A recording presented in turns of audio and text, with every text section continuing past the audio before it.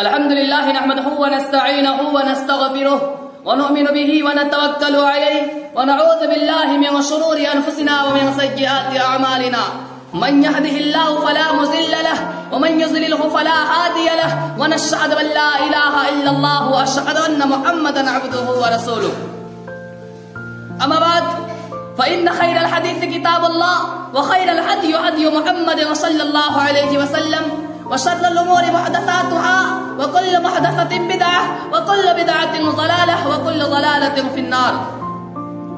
فقد قال الله تبارك وتعالى في القرآن المجيد والفرقان الحميد أعوذ بالله من الشيطان الرجيم بسم الله الرحمن الرحيم لن ينال الله لحومها ولا دماؤها ولكن يناله التقوى منكم.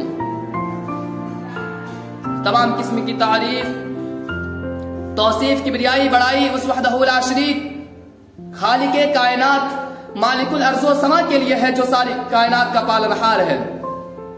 بعدہ درود و سلام نازل ہو اللہ کے تمام انبیاء علیہ الصلوۃ والسلام پر بالخصوص وہ ہستی مقدس تاجدار مدینہ محمد مصطفیٰ احمد مصطفیٰ صلی اللہ علیہ وسلم پر.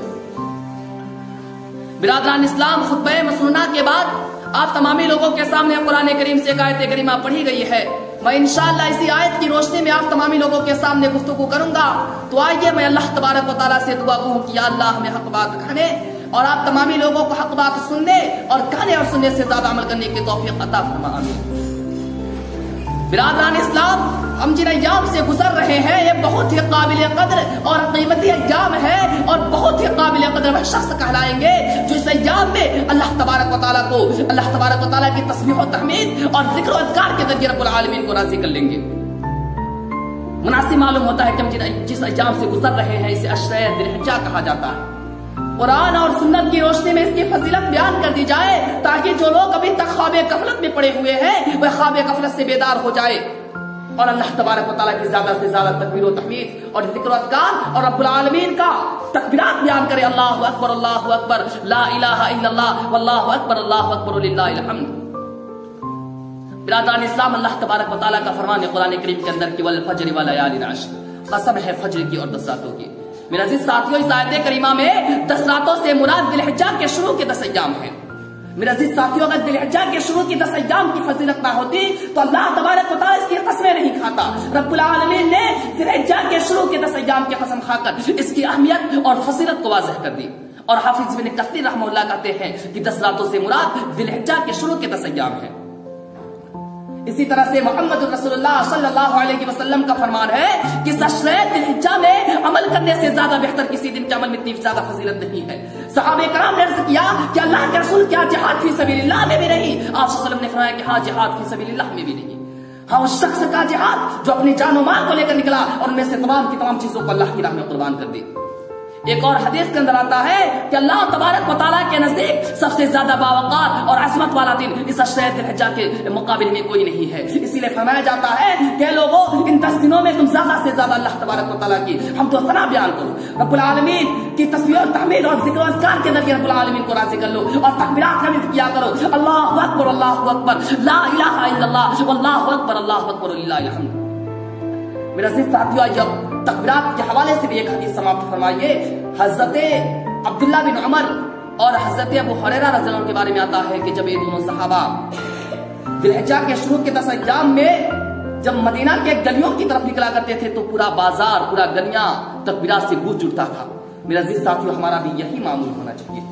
اٹھتے بیٹھتے کھاتے پیتے یہاں تک کہ جب آپ بستروں پر سونے جائیں جب تک آپ کو نیند نہ آ جائے تب تک آپ کی زبان مبارکہ سے اللہ اکبر لا الہ الا اللہ واللہ اکبر وللہ الحمد کا ورد ضرور ہونا چاہیے.